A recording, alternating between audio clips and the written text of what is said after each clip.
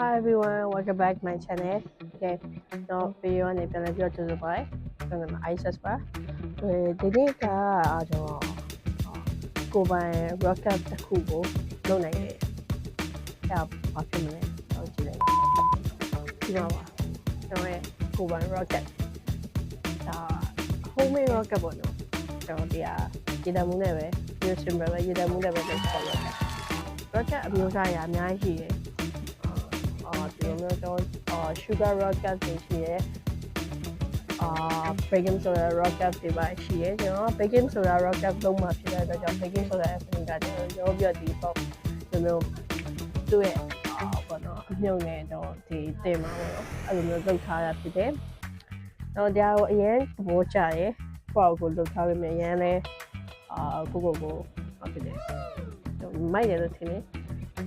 တော့ထင်ပါတော့ပြောကျွန်တော်ဒီမှာစာတန်းလေးလည်းတက်ထားတယ် space ကိုပြောလဲကျွန်တော်ရေးထားတယ်ဒါကျွန်တော် first rocket ပါကျွန်တော် sugar rocket လုပ်ဖို့ကြတော့ဒီမှာကကျွန်တော် sugar rocket လုပ်ဖို့ကြတော့တကယ်ခက်ခဲပေါ့နော်အဲ့ဒါကြောင့် sugar rocket ပထမလုပ်မယ်လို့တင်တာပြီးတော့သူကအနေနဲ့လည်းရှိတယ်ညဆိုတော့လေအနေနဲ့လည်းရှိတယ်အဲ့ဒါကြောင့်ဒီ baking soda နဲ့ vinegar နဲ့ပဲရောပြီးတော့အဲ့လိုမျိုး rocket လေးတစ်ခုလုပ်ကြည့်မယ်ဆိုပြီးစဉ်းစားလိုက်တဲ့အချိန်မှာ rocket ကိုအရင်လုပ်ခံနေရတယ်ပေါ့နော်အဲ rocket မှာဒီ၄ချိန်နဲ့တူမှရှိရပေါ့နော်တော့၄ချိန်မှမူတည်ပြီးတော့ baking soda နဲ့ vinegar block ကြီးရောမလဲဆိုတော့ပုံစံလေးလည်းရှိသေးတယ်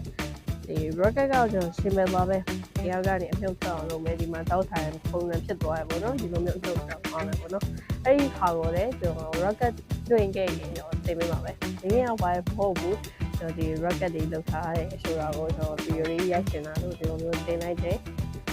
ဒီဒါကိုလုံနည်းလေးကြည့်ချင်နော်နောက်နေ့တင်ပြပေးပါမယ်အားလုံးပဲဒီနေ့ video ကတော့ပါပဲ